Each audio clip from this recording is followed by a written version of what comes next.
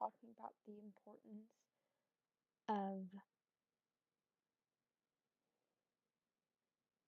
standards and conventions in web design.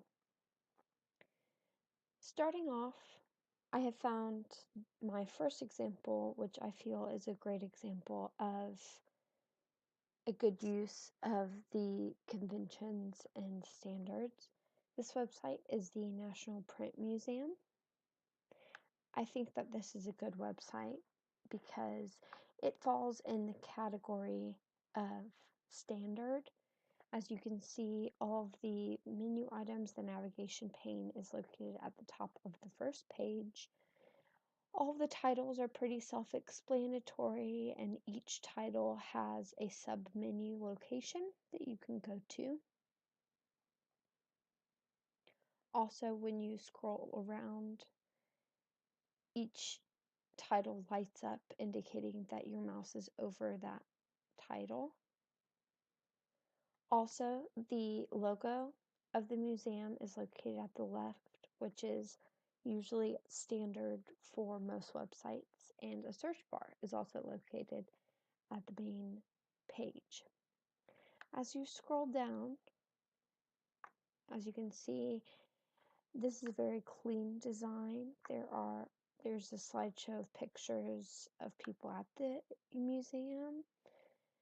Next, you kind of get a welcome. They tell you a little bit about the museum.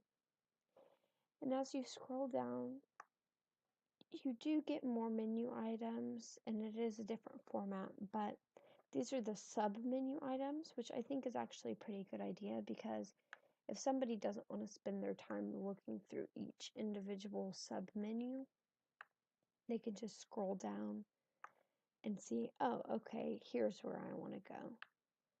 And as you keep scrolling down, you also have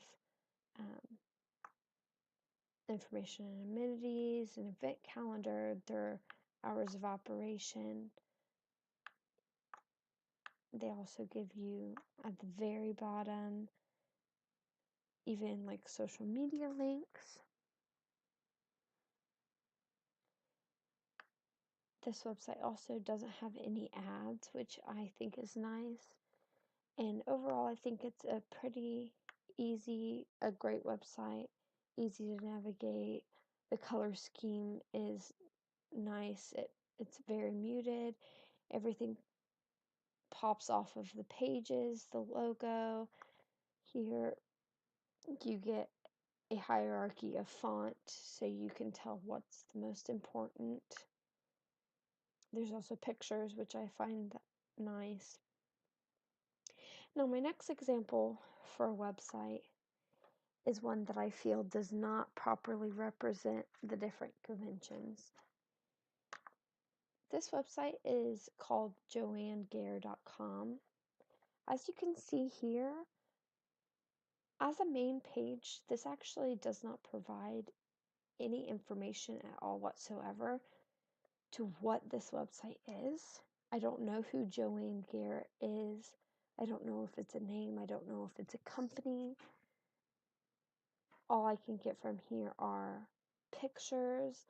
It says inner site here, but it makes you kind of comprehensive to click because it's not really designed well. It's more of a splash page than a main page. But if you go ahead and click inner site here, you see, okay, Joanne Gare. You still don't know any information about what this is, if it's a business or a person. You see here, okay, they specialize in makeup, body painting.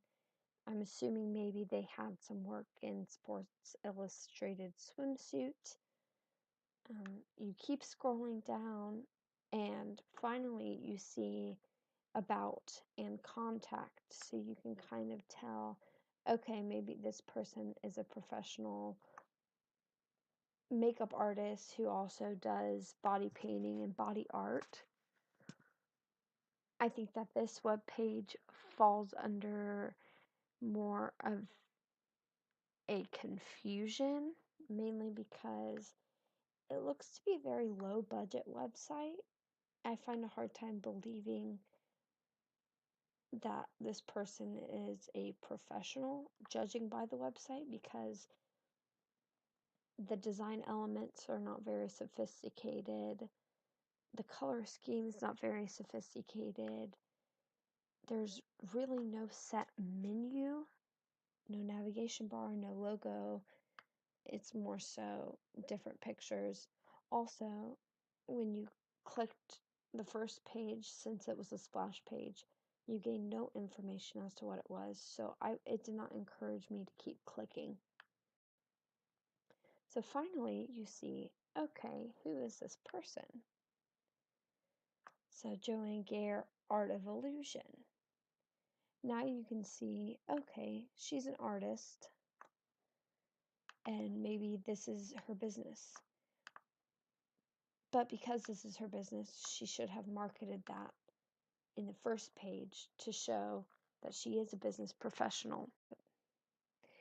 Okay, so you see pictures. I'm assuming it's maybe her portfolio. So you can click different ones. But again, it provides no information as to what these pictures are.